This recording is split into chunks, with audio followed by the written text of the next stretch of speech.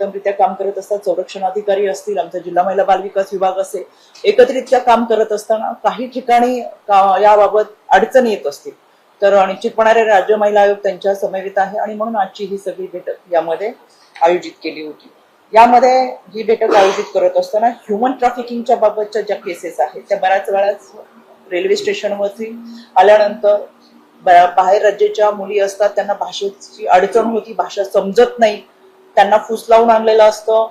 त्यांना सुद्धा संरक्षण देण्याची जबाबदारी आपली पुणे पोलीस रेल्वे विभागातून घेतली जाते. पण याच्यामध्ये काही तोडगा काढता येतो का? कारण की आपल्याला त्यांची भाषा समजत नाही, त्यांना आपण बोललेलं समजत नाही, फारसं हिंदी इंग्लिशची माहिती नसते, अशाही मुलींची संख्या मोठ्या प्रमाणात आहे आणि म्हणून मग त्यांना ताब्यात घेतल्यानंतर त्यांचं पुनर्वसन करत असताना अनेक अडचणी येत राहतात, त्यांच्या कुटुंबियांचा शोध घेतानाही अनेक अडचणी येत राहतात आणि म्हणून खऱ्या अर्थानं सुरक्षित पुणे हे आपण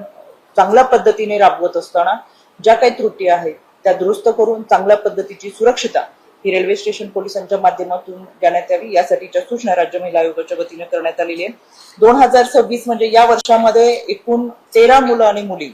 ही पुणे रेल्वे स्टेशनवर सापडली. मग ती त्याच्यामध्ये घरातून पळून आलेली आहेत, काही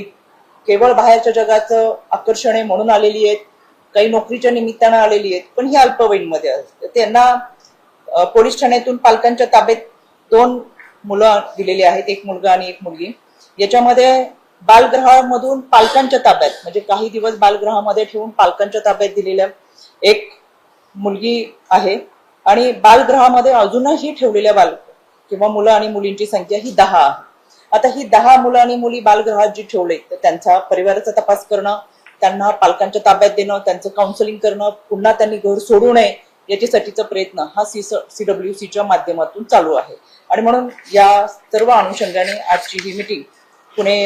रेल्वे पोलिसांच्या समवेत लावलेली आहे. याच्यामध्ये सर्व अधिकारी उपस्थित आहेत, ससून रुग्णालयाचे आमचे अधिकारी सुद्धा या ठिकाणी आहेत, कारण की रेल्वे स्टेशनच्या बाबत कोणतीही तक्रार असेल, कोणताही गुन्हा असेल, अन्याय अत्याचाराच्या घटना असतील तर त्या ससून रुग्णालयाच्या माध्यमातून त्याचा मेडिकल रिपोर्ट दिला जातो आणि म्हणून अशा पद्धतीच्या घटना घडूच नाहीत याच्यासाठी अतिशय सतर्क राहत. CCTV कॅमेरेज असतील, सेन्सिटिव्ह एरिया ज्या ठिकाणी आहेत त्या ठिकाणची दामिनीची गस्त असेल, रेल्वे स्टेशनवरची स्वच्छतागृह आहे, त्याचबरोबर बाहेरून येणाऱ्या टवाळखोरांना रेल्वे स्टेशनच्या आवारामध्ये कुठेही प्रवेश मिळू नये, जेणेकरून फक्त पॅसेंजर त्यांचा तपास व्यवस्थित करून त्यांना आतमध्ये सोडलं जावं अशा पद्धतीच्या सूचना या आजच्या बैठकीमध्ये देण्यात आलेल्या. पुन्हा 1 ते 1.5 महिन्याच्या कालावधीमध्ये स्वतः मी रेल्वे स्टेशनच्या भागामध्ये जाऊन या सगळ्या गोष्टींची ज्या सूचना दिलेत त्याची पाहणी करू.